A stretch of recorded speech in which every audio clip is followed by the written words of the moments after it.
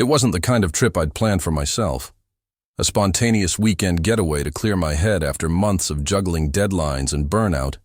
Just me, a small suitcase, and a rustic hotel in the quietest town I could find. The place looked like it hadn't changed much since the 80s. Wood-paneled walls, faded floral carpets, and a front desk that creaked when I leaned on it to check in. I couldn't help but feel out of place, like I'd wandered into someone else's nostalgia. I had barely processed the receptionist's polite greeting when he appeared.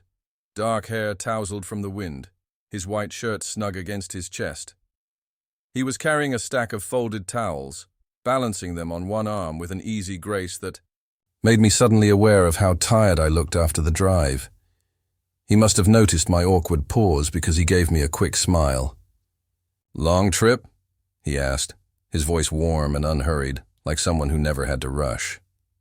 "Yeah, just needed a break," I replied, forcing a small smile. "City life." He nodded like he understood, though I doubted he'd ever experienced the chaos of my day-to-day grind. "I'll show you to your room," he offered, setting the towels aside and grabbing a key from the wall. As we walked down the narrow corridor, I couldn't help but notice the quiet. No blaring TVs, no traffic hum, just the soft creak of the floorboards under our feet. The air smelled like old wood and lavender, and I caught myself stealing glances at him when he wasn't looking. He seemed at ease here, like he belonged to the place, solid and dependable. When we reached the door, he turned to me, his hand brushing mine as he passed me the key. The touch was brief, but it sparked something I couldn't name, like an accidental pulse of electricity. He didn't seem to notice, just gestured for me to go in. "You'll have a good view from here," he said, his voice low and steady. "Sunsets are pretty amazing." There was a softness in his tone that I didn't expect, and I found myself hesitating before stepping inside, wanting to say something clever or funny to keep him there a bit longer. Instead, I just nodded, feeling a strange warmth settle in my chest. I knew this weekend was supposed to be about peace and quiet, but with him around, I couldn't help but feel like something else was unfolding, something I hadn't planned for. The room was quaint, modest but comfortable, with sunlight spilling through the lace curtains, painting soft patterns on the wooden floor. I set my suitcase down, taking a moment to breathe in the quiet. Before I could get too lost in the stillness, there was a knock at the door. I opened it to find him standing there, hands tucked casually into his pockets. "Just checking if everything's all right," he said, his smile easy and genuine. "Yeah, it's great. Thanks." I paused, realizing I didn't even know his name. "It's Daniel," he supplied, leaning against the door frame like he had nowhere else to be. I nodded, repeating it under my breath as if committing it to memory. He chuckled at that, and I couldn't help but smile back, feeling the tension I'd carried from the city melt away just a little. "You don't get a lot of visitors out here, do you?" I asked, leaning against the doorframe opposite him.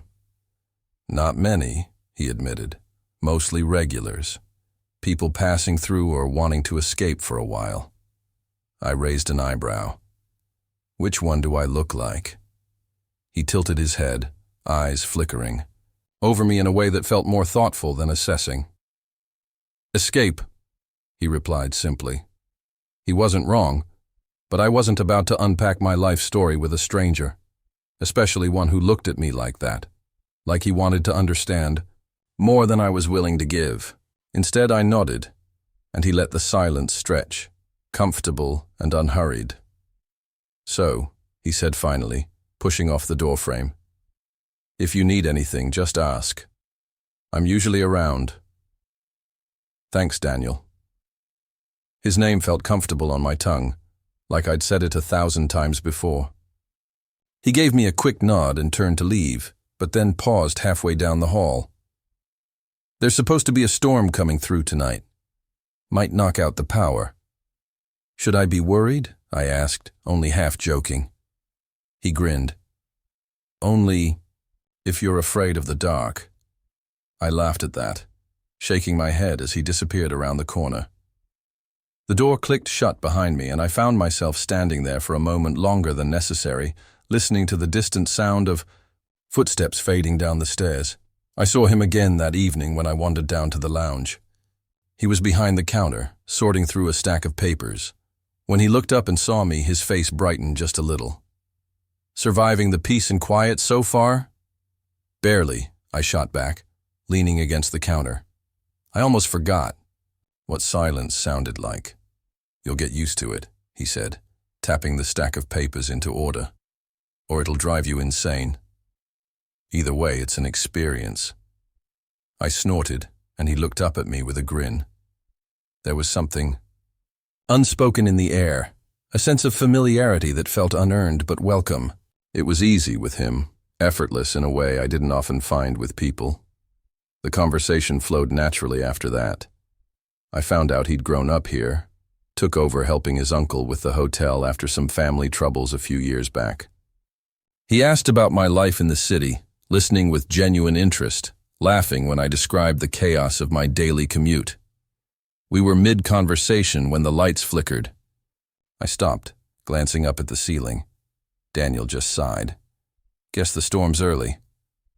"Is that normal?" I asked, watching as the lights blinked again, this time more stubbornly.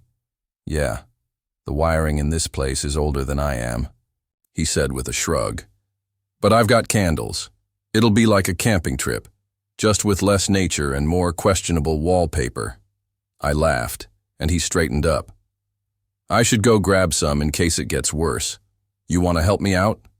The question caught me off guard. Sure," I said before I could overthink it. He led me through the back hallways of the hotel, past storage rooms that smelled like dust and old linens.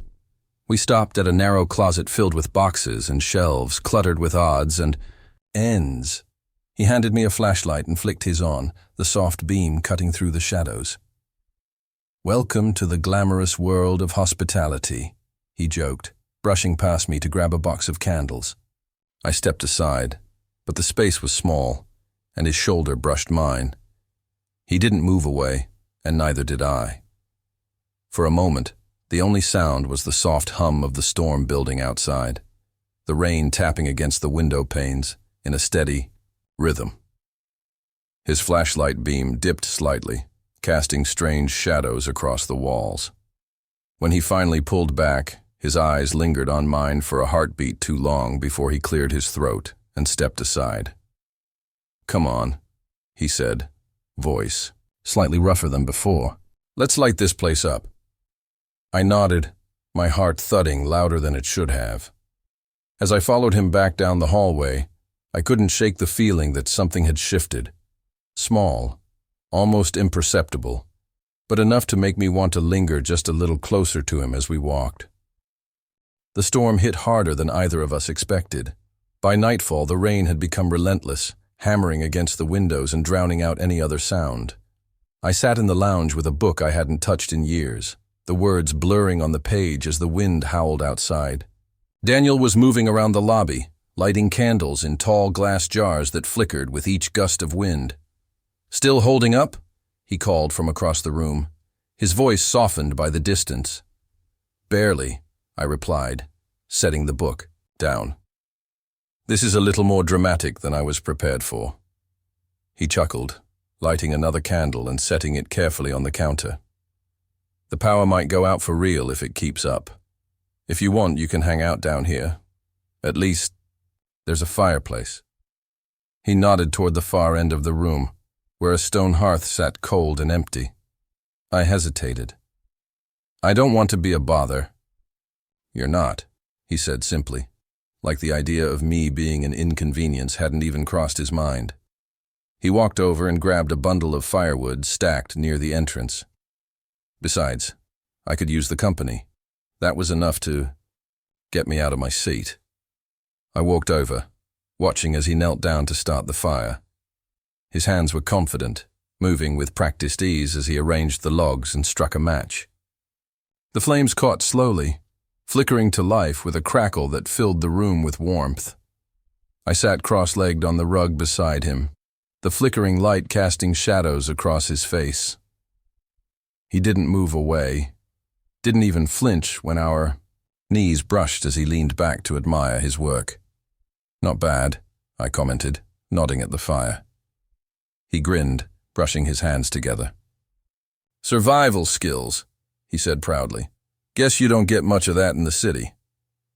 Not unless you count surviving the subway at rush hour." He laughed, and the sound filled the room, settling in the corners like dust. Outside, the storm raged on, but in here, it felt distant, muffled by the heavy walls and the crackling fire. He stretched his legs out, his knee bumping against mine again, but this time he didn't pull back. Neither did I. Silence fell between us, not uncomfortable but weighted, like there was something just under the surface neither of us wanted to disturb. I looked over at him, catching the way the firelight played against the lines of his jaw, the way his eyes seemed softer in the glow. He must have felt my gaze because he turned to look at me, eyebrows raised. "What?" he asked, his voice quiet. "Nothing," I replied quickly, my face heating up. "Just thanks for this." He watched me for a moment longer than necessary, his eyes searching mine like he wanted to say something but thought better of it. Instead, he just nodded, stretching his arms behind him and leaning back, looking more comfortable than I'd ever seen him. "It's nice, isn't it?" he said, almost to himself. "The quiet." "Yeah," I replied, the word coming out softer than I intended. "It really is." For a while we just sat there, the storm raging outside and the fire crackling between us. I thought about saying something, anything to break the tension building in the silence, but I couldn't bring myself to disrupt it. There was something fragile in the air, something that felt like it would shatter if I moved too quickly. Daniel finally spoke, his voice barely above a whisper. "I'm really glad you came by." I swallowed hard, my heart picking up its pace. Yeah, he said, turning to look at me again. This time, his gaze didn't falter. It held mine, steady and unflinching, like he was trying to memorize my face. His hand shifted slightly, brushing against mine where it rested on the floor between us. He didn't pull away, and neither did I. The fire crackled louder, a log splitting with a sharp crack that jolted both of us. He laughed nervously, his hand slipping back into his lap. "Guess I should put another one on," he said, moving to stand up. I nodded, exhaling a breath I didn't realize I'd been holding. "Yeah, good idea." He disappeared for a moment, coming back with another log, but when he sat down this time, it was closer. I could feel the warmth radiating off him, the edge of his knee brushing mine every time he shifted. It wasn't just proximity. It felt intentional, like neither of us wanted to pull away. We fell back into silence, but this time it was heavier, like we were waiting for something to break it. My thoughts tangled themselves up, looping over the way his hand had, lingered, the way his eyes had held mine just a little too long. It was stupid, ridiculous even, to think that it meant anything more than kindness. But there was something about the way he looked at me, the way his gaze softened around the edges, that made me want to believe it did. Another flash of lightning lit up the room, followed by a deep rumble of thunder that seemed to shake the walls. The lights flickered once, then died completely, plunging us into darkness save for the fire's glow. "Well," Daniel murmured, his voice closer than I'd expected. "Guess we're camping for real now." I laughed, the sound coming out, shakier than I wanted. "You're not going to leave me down here alone, are you?" I tried to keep it light, but the question hung heavier in the dark. "No," he said quietly, his hand brushing mine again. This time, it lingered. His fingers were warm, rough at the edges, but gentle as they settled over mine. I didn't pull away. Neither did he.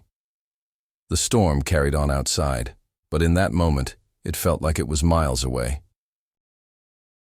The fire crackled softly, throwing shadows across the walls that danced with each flicker of light. Daniel hadn't moved his hand from mine, and I hadn't pulled away. We stayed like that for what felt like hours, his fingers warm and steady, mine barely daring to shift in case it broke whatever fragile thing had settled between us. The storm raged on outside, but in here, time had paused, stretched out into something delicate and unbearably tense. He cleared his throat, the sound startling in the silence. His thumb moved, just the smallest shift, tracing the back of my hand in a slow, uncertain stroke. I couldn't bring myself to look up at him, terrified that meeting his gaze would shatter the moment, that I'd see hesitation or worse, pity. But he didn't pull away. If anything, his grip tightened just a little, enough to send my heart stumbling over itself. "I don't usually do this," he said finally, his voice so quiet I almost missed it. "Do what?" I asked, my own voice barely above a whisper. "This." He exhaled sharply, like the word cost him something.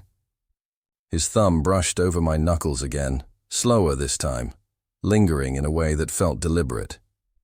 "Sit in the dark with strangers. Hold their hand." I swallowed hard, my pulse hammering in my ears. "We're not exactly strangers," I murmured, barely believing I'd said it out loud. He went still, his hand frozen in place before he let out a soft laugh, breathy and uncertain. "I guess we're not." Silence stretched out again, heavier this time, laced with unspoken things neither of us seemed brave enough to voice. I could feel the heat of his body from where we sat close, our knees brushing whenever he shifted. My mind was running wild, cycling through 1,000 scenarios, each one more reckless than the last. He broke the silence first, his voice low and careful. Did you want me to leave?" The question pulled me back, snapping my attention to his face. His eyes were fixed on mine, searching for something I wasn't sure I knew how to give. "No," I said too quickly, too firmly. "I want you to stay." His eyes softened, and for the first time I saw something there that I recognized. Uncertainty, hope, longing. It was all written in the way he looked at me, unguarded and raw. "Okay," he said quietly, the words slipping out like a sigh of relief. We fell silent again, but it wasn't like before. There was something alive between us now, humming with tension and possibility. I watched his hand as it slipped away, from mine, only to land on the floor beside him, fingers drumming nervously against the wooden boards. His eyes flicked to the fire, then back to me, and I could see the conflict written plainly across his face. I wasn't sure where the courage came from, but I shifted closer, my knee pressing fully against his now. He looked at me, eyes wide and startled, but he didn't move away. If anything, he leaned into it, just barely, like he wasn't sure he was allowed. "Daniel," I began, my voice cracking on his name. He swallowed hard, his gaze never leaving mine. I wanted to ask him what he was thinking, wanted to pull the words out of him if I had to. But all I could do was stare, my breath catching in my throat as he leaned just a little closer, his eyes searching mine for permission. I gave it the only way I knew how. I didn't pull back. His breath mingled with mine, the space between us, growing smaller and smaller until I could feel the heat of him, the way his eyes dropped to my mouth and then back up again. My heart was pounding so hard I thought it might shatter my ribs. His hand lifted, hesitated in the space between us, then settled carefully on my cheek, his thumb brushing the edge of my jaw. I closed my eyes at the touch, barely able to breathe. He moved in slowly, painfully slowly, his breath skimming over my lips before he stopped, hovering there, waiting for something I couldn't name. I opened my eyes to find him staring at me, his brow furrowed with hesitation. I don't want to get this wrong," he whispered, his voice shaking just enough to make my chest ache. "You're not," I whispered back, my hand coming up to cover his where it rested against my cheek. "You're not." That was all it took. His hand slid back, curling around my neck as he finally closed the distance, his lips brushing mine in a way that was soft, careful, like he was terrified I might break. The world narrowed to that single point of contact, just his mouth on mine, tentative and warm, his breath hitching as I leaned into him. I kissed him back, harder than I intended, and he responded in kind, his other hand finding my waist and pulling me closer until there was nothing left between us but the crackle of the fire and the distant rumble of thunder. His mouth was soft but insistent, the kiss deepening with every second until I felt his fingers curl tighter in my shirt, grounding himself. We broke apart only when breath became an issue, his forehead resting against mine as we caught our breath. His eyes were still closed, his hand still cradling the back of my neck like he was afraid I might disappear if he let go. I didn't. He laughed breathlessly, shaking his head. I didn't mean for that to happen. I smiled, feeling warmth spread through my chest. I'm not complaining. His eyes opened, locking with mine, and whatever fear had been there before was gone, replaced with something softer, something real. His thumb brushed my jaw again, slower this time, like he was memorizing the shape of me. Neither am I, he whispered, his voice steady and sure. He kissed me again, slower this time, and I let myself fall into it, let myself believe for just a moment that this was real, that I was allowed to want this, to want him. Outside, the storm kept raging, but in here, everything was quiet, just the crackle of the fire and the steady rhythm of his breathing against mine. We stayed there for a long time, sitting close enough that his leg pressed firmly against mine, neither of us daring to pull away. The fire crackled, casting warm light over his face, softening the lines around his eyes as he watched me with something like disbelief. I wasn't sure if I'd imagined it until his hand found mine again, his fingers threading through mine with a kind of certainty that made my chest ache. "You good?" he asked after a while, his voice gentle, like he was afraid to break the spell. I laughed softly, nodding. "Yeah, I'm good. Better than good." He squeezed my hand, his thumb brushing slow circles over my skin. "I still can't believe it," he admitted, his eyes dropping to our joined hands. "I kept thinking I was just reading things wrong." "Guess not," I murmured, my eyes tracing the curve of his smile. It was different now, more open, less guarded, like he'd finally let something slip that he'd been holding back for too long. I couldn't help but smile back, the warmth of it spreading from my cheeks all the way down to my fingertips. He leaned back against the couch, still holding my hand, and stared up at the ceiling like he was trying to process everything all at once. "So? What now?" he asked, his tone light but his eyes searching. I hesitated, the weight of the question settling between us. I'm here for another 2 days, I said slowly, watching his reaction. After that, he nodded, his eyes dropping to the floor for a moment before he looked back up at me. "We figure it out," he said firmly, his grip on my hand tightening. "We make it work, if you want to." I didn't even have to think about it. I want to. His grin was instant, spreading across his face with a kind of joy that made me feel like I'd just handed him the world. He ducked his head, laughing softly. "God, I feel like an idiot," he said, shaking his head. "Why?" He looked back, up, eyes sparkling. "Because I spent so much time convincing myself you didn't feel the same." He paused, his gaze dropping to my lips before meeting my eyes again. "Guess I was wrong." "Guess you were," I teased, nudging him with my shoulder.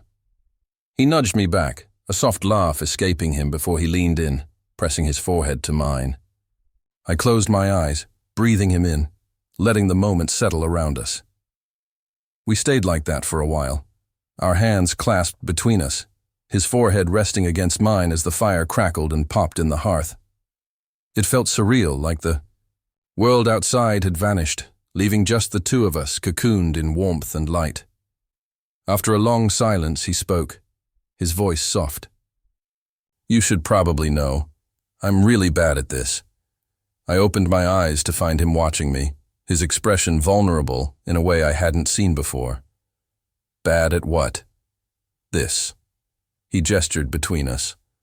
"Relationships, feelings, all of it." I squeezed his hand, a smile tugging at my lips. "I think we'll figure it out." He stared at me for a moment, his eyes studying my face like he was memorizing every detail. Then he laughed softly, leaning back against the couch and pulling me with him, our shoulders touching as we stared into the fire. "I'm holding you to that," he said, his voice light, but his grip on my hand unyielding. I smiled, resting my head against his shoulder. I wouldn't have it any other way. We stayed like that until the fire burned low, our conversation drifting between light banter and deeper things neither of us had admitted before tonight.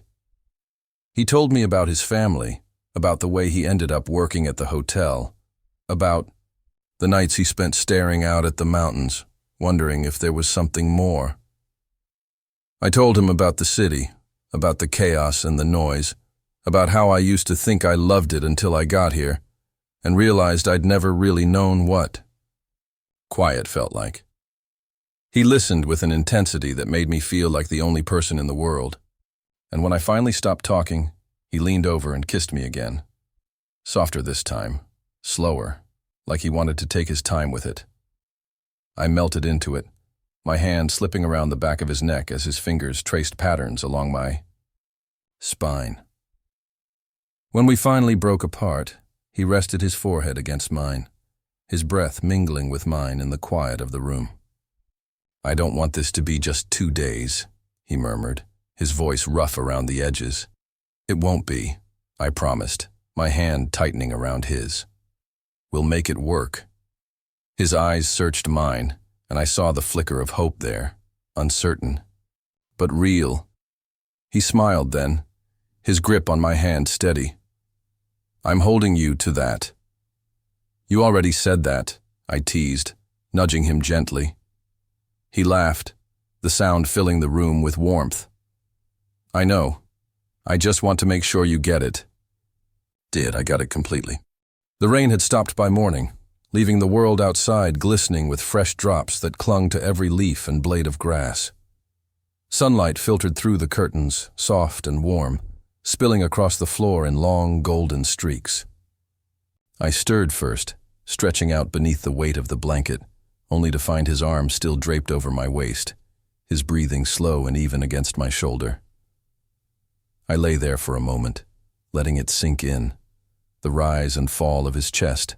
Against my back, the solid warmth of him pressed close. It felt surreal, like something fragile and fleeting that might vanish the second I opened my eyes fully. I shifted slightly, and he stirred, his hand flexing against my side before his eyes blinked open. For a moment, he looked confused, like he'd forgotten where he was. But then his gaze found mine, and the softest smile curved his lips. "Morning," he murmured, his voice husky with sleep. "Morning." I smiled back, unable to hide it, even if I tried. He didn't move, didn't pull away like I'd half expected. Instead, he just watched me, his eyes drifting over my face like he was memorizing it all over again. "Did you sleep okay?" he asked, his fingers tracing light patterns against my hip where his hand still rested. "Yeah," I said softly, swallowing the lump that had formed in my throat. "Better than I have in a long time." His smile grew, and he leaned in before I could process it, pressing a slow, lingering kiss to my forehead. It was simple, almost delicate, but it unraveled.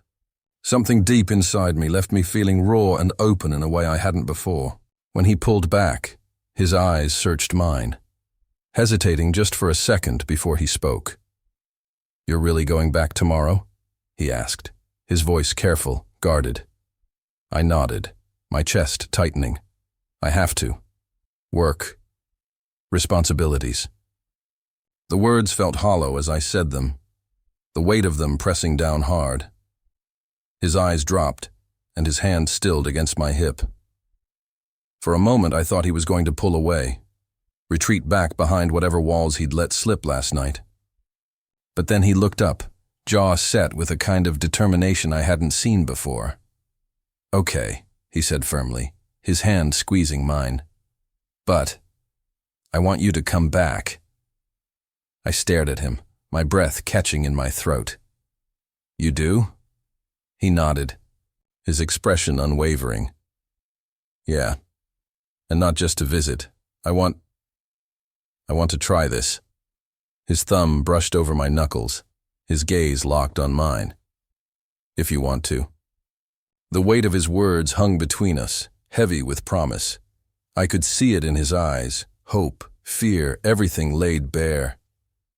I squeezed his hand, feeling the certainty settle in my bones. "I want to." His smile was slow, spreading across his face with a kind of relief that mirrored my own. He sat up, the blanket pooling around his waist, and reached for something on the nightstand. When he turned back, he held out a small brass key, its surface worn and familiar. "Here," he said, placing it in my hand, "for when you come back." I looked down at it, the metal cool and solid against my palm. "You're giving me a key?" I asked, my voice barely above a whisper. "Yeah." He scratched the back of his neck, suddenly sheepish. "You don't have to use it, but I'd like it if you did." I stared at it, my fingers curling around the cool metal. 1,000 thoughts raced through my mind, all the what-ifs and maybes, the doubts and fears, but they all faded under the weight of his gaze, steady and sure. I slipped the key into my pocket, my heart hammering in my chest. "I guess I'm coming back then." His grin was blinding, and before I knew it, he was pulling me into his arms, his laughter warm against my neck as I hugged him back. We stayed like that for a while, the sunlight streaming in around us, the world outside still dripping with rain. When we finally pulled back, his eyes searched mine, soft and unguarded. "This is just the beginning, you know," he said quietly, his hand finding mine again. I squeezed his fingers, feeling the weight of that truth settle deep in my bones. "Yeah," I whispered back, my smile widening. "I know." And for the first time in a long while, the future didn't seem so uncertain. It just seemed like something I couldn't wait to get to.